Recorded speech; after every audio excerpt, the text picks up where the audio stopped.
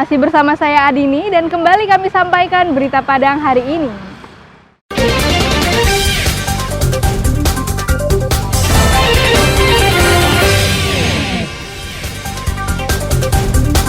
Terkena abrasi, warga Pulau Panjang pindahkan kuburan keluarganya. Kejaksaan Negeri Padang bebaskan 2 tersangka melalui program Restoratif Justice.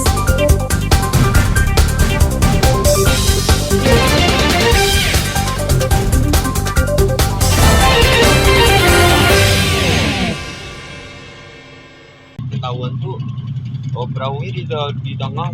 Setelah melakukan pencarian selama 5 hari, korban tenggelam di Danau Maninjau ditemukan dalam kondisi meninggal dunia.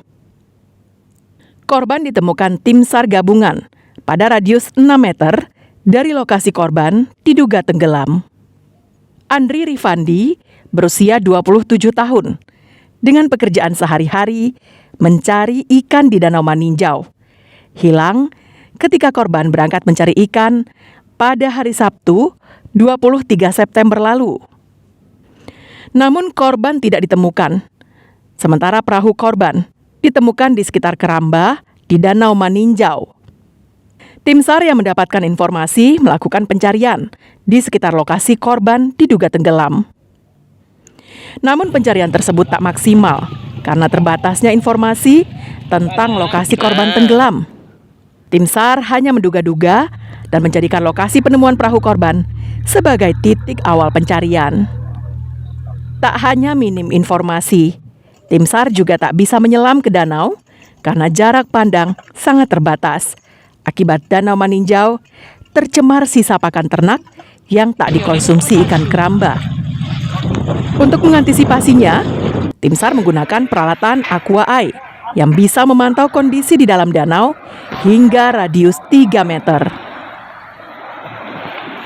Setelah melakukan pencarian selama 5 hari oleh Basarnas, TNI, Polri, BPBD, PMI, relawan dan masyarakat di Danau Maninjau, akhirnya pada hari kelima pencarian, korban ditemukan 5 meter dari last known position atau dari terakhir korban diduga tenggelam.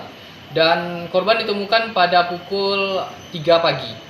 Korban selanjutnya dibawa oleh Polsek untuk melakukan penyelidikan dan selanjutnya korban dibawa menuju rumah duka. Sedangkan penyebab korban tenggelam di Danau Maninjau belum diketahui.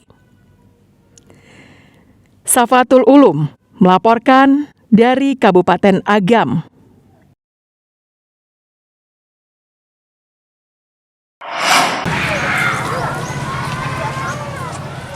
Kasus perundungan dialami seorang murid di Sekolah Dasar 01 Koto Marapak, Kecamatan Pariaman Timur, Pariaman. Pelakunya adalah kakak kelas terhadap adik kelasnya. Informasi yang beredar menyebutkan ada 2 kasus perundungan yang terjadi di sekolah ini. Kasus pertama, pelajar kelas 5 memberi air kencing untuk diminum kepada murid kelas 1, dan kasus kedua, seorang murid kelas 1 ditelanjangi dan disiram kelaminnya dengan air.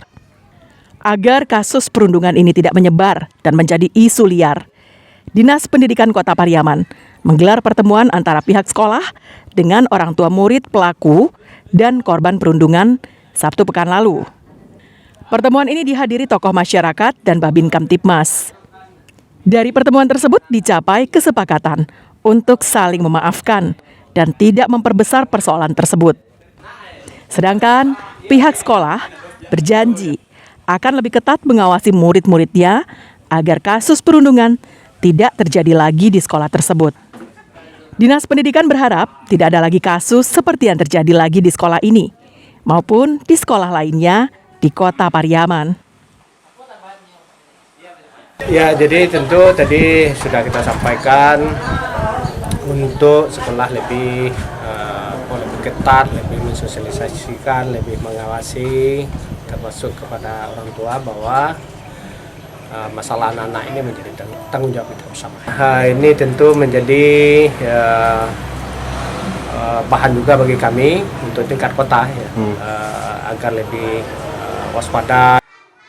Kasus perundungan terhadap pelajar atau kakak kelas terhadap adik kelas memang marak dan kerap terjadi di dunia pendidikan. Dibutuhkan pengawasan orang tua dan sekolah yang lebih ketat agar kasus ini tidak terjadi lagi di masa yang akan datang. Eki Rafki melaporkan dari Pariaman.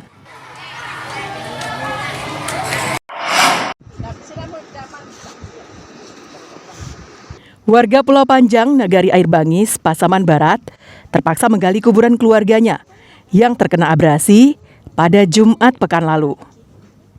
Jasad tersebut akan mereka pindahkan ke tempat yang lebih aman. Abrasi pantai Pulau Panjang ini telah berlangsung lama karena tidak kunjung dibendung. Akhirnya, abrasi naik ke daratan sejauh 10 meter dan menggerus sejumlah kuburan yang berada di sana. Menurut salah seorang warga Pulau Panjang, telah puluhan kuburan yang rusak dihantam abrasi dan dipindahkan ke tempat lain. Ada yang memindahkan ke kawasan yang jauh dari pantai. Ada juga yang masih di pantai, namun jauh dari bibir pantai. Akibat ganasnya ombak. Karena ombak besar, oleh karenanya ombak ini mengikis daripada tanah-tanah yang berada di kuburan, mengakibatkan abrasi sehingga beberapa kuburan itu terbongkar keluar dan mayat-mayatnya terpaksa dievakuasi. Sekarang mayat-mayat tersebut sedang dipindahkan ke tempat yang lebih aman. Jika pemerintah kabupaten masih tutup mata dengan peristiwa abrasi ini dan tidak ada langkah konkret untuk mengatasinya, maka dikhawatirkan daratan Pulau Panjang semakin mengecil karena dihantam ombak. Safatul Ulum melaporkan dari Pasaman Barat.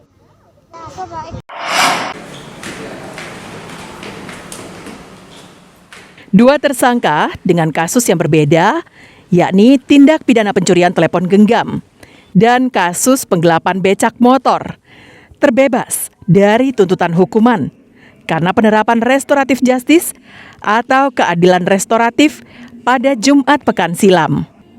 Restoratif justice ini ditetapkan kepada tersangka Jafrizal, berusia 50 tahun, dengan kasus pencurian becak motor di Gunung Pangilun, dan Alexandro dengan kasus pencurian telepon genggam di Aurduri, Kelurahan Parak Gadang Timur.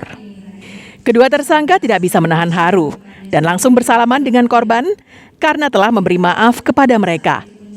Salah satu syarat diterapkannya restoratif justice ini adalah pemberian maaf korban kepada tersangka. Syarat lainnya sesuai pasal 4 dan pasal 5 Peraturan Jaksa Agung nomor 15 tahun 2020 adalah tersangka baru pertama kali melakukan tindak pidana.